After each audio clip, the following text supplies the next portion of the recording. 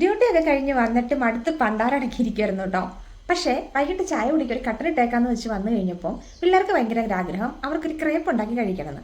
ഞാൻ പറഞ്ഞില്ല, ഞങ്ങൾ ടൂർ പോയി കഴിഞ്ഞപ്പോൾ കഴിച്ചൊരു സാധനം ഞാൻ വീഡിയോയ്ക്ക് എത്തിയിട്ടുണ്ടായിരുന്നേ. നമുക്ക് എത്ര വയ്യെങ്കിലും നമ്മുടെ മക്കളൊരു ആഗ്രഹം പറഞ്ഞു കഴിഞ്ഞാൽ അതൊന്നും ചെയ്തു കൊടുക്കാതിരിക്കാൻ തോന്നില്ല അല്ലേ. ഞാൻ അപ്പോൾ അതൊന്ന് ഉണ്ടാക്കി വെക്കാനും വിചാരിച്ചു. ഇതുവരെ ഉണ്ടാക്കിയിട്ടില്ല കേട്ടോ, ആദ്യമായിട്ട് ട്രൈ ചെയ്യാൻ. പണ്ടത്തെ കാലം അപേക്ഷിച്ച് ഇപ്പം കേട്ടോ. യൂട്യൂബ് ഒക്കെ ഉള്ളത് കൊണ്ട് നമുക്ക് എന്ത് വേണമെങ്കിലും ഉണ്ടാക്കാം അല്ലേ. ജസ്റ്റ് അതിനകത്തൊന്ന് കയറി നോക്കിയാൽ മതി, എന്തിൻ്റെ വേണമെങ്കിലും റെസിപ്പി കിട്ടും. അതൊരു കണക്കിൽ പറഞ്ഞാൽ നന്നായി, അല്ലെങ്കിൽ ഞാനൊക്കെ തെണ്ടിപ്പോയാനായിരുന്നു. ഒരു മുട്ട പൊരിക്കാൻ പോലും അറിയാൻ പാടില്ലാതെയാണ് ഈ കല്യാണം കഴിഞ്ഞു പോയത്. എന്നാലും സാരമില്ല, ഇപ്പം അത്യാവശ്യം ലോകത്തിൽ എന്ത് സാധനം ഉണ്ടാക്കാൻ പറഞ്ഞാലും ഞാൻ ഉണ്ടാക്കൂട്ടോ. അതൊരു ധൈര്യമാണ്, യൂട്യൂബ് ഉണ്ടെന്നുള്ളതിൻ്റെ ഒരു ധൈര്യം എന്ന് വേണമെങ്കിലും പറയാട്ടോ. പിന്നെ അതുകൊണ്ടൊരു ഗുണം എന്നാണെന്നറിയാമോ, ഇന്നത്തെ കാലത്ത് ഒരാൾക്ക് പോലും എനിക്ക് ഫുഡ് ഉണ്ടാക്കാൻ അറിയത്തില്ലെന്ന് പറഞ്ഞ് രക്ഷപ്പെടാൻ പറ്റില്ല കേട്ടോ.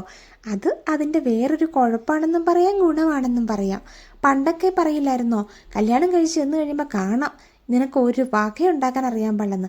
ഇപ്പം നമ്മൾ എങ്ങനെ പറയും, പരീക്ഷണങ്ങളല്ലേ, എന്ത് വേണമെങ്കിലും പരീക്ഷിക്കാമല്ലോ, ഏത് രീതിയിൽ വേണമെങ്കിലും പരീക്ഷിക്കാം. പിന്നെ അത് പുറത്തേക്ക് വരുന്നത് എങ്ങനെയാണെന്നുള്ളത് കുറച്ചൊക്കെ നമ്മുടെ കൈപുണ്യം പോലെ ഇരിക്കും കേട്ടോ. പിന്നെ നമ്മുടെ ഇന്ത്യൻ ഫുഡ് അനുസരിച്ചിട്ടുണ്ടല്ലോ, ഇവിടുത്തെ ഭക്ഷണങ്ങളൊക്കെ ഉണ്ടാക്കാൻ നല്ല എളുപ്പമാണ്. കുറേ ഇൻഗ്രീഡിയൻസ് ഒന്നും വേണ്ടതാനും, പെട്ടെന്ന് പരിപാടിയും കഴിയും.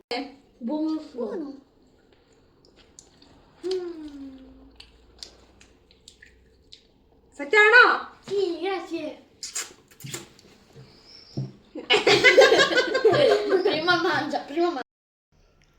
നമ്മുടെ സാധനം അവർ കഴിച്ചു കേട്ടോ.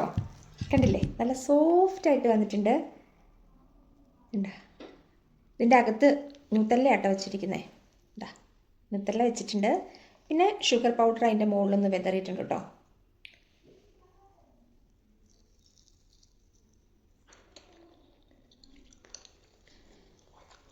ചട്ടപ്പം, ഒരു ഇച്ചിരി ഗോതമ്പ് പൊടിയും 2 മുട്ട, ഇച്ചിരി പാല്, ബട്ടർ, പിന്നെന്താ ഇച്ചിരി വാനില എസൻസ്. അത് ഞാൻ ഇട്ടിട്ടുണ്ടായിരുന്നില്ല കേട്ടോ, ഇവിടെ ഇല്ലായിരുന്നു, അതുകൊണ്ട് ഞാൻ ഒഴിച്ചില്ല. ഇത്ര മതി, സംഭവം റെഡിയായി. ബട്ടർ തേച്ചിട്ട് നല്ല വട്ടത്തിൽ പരത്തിയെടുക്കുക. എൻ്റെ കയ്യിൽ ഇങ്ങനെ പരത്തുന്ന സാധനം ഇല്ലായിരുന്നു, ഞാനങ്ങ് ഒഴിച്ചിട്ട് കറക്കി എടുത്തു, നമ്മൾ അപ്പമൊക്കെ ഉണ്ടാക്കുന്ന പോലെ. എന്നിട്ട് വെന്ത് വന്നു കഴിഞ്ഞ് കഴിയുമ്പോൾ ന്യൂത്തല്ലേ അതിൻ്റെ മുകളിൽ ഷുഗർ പൗഡർ. സംഭവം ഈസി.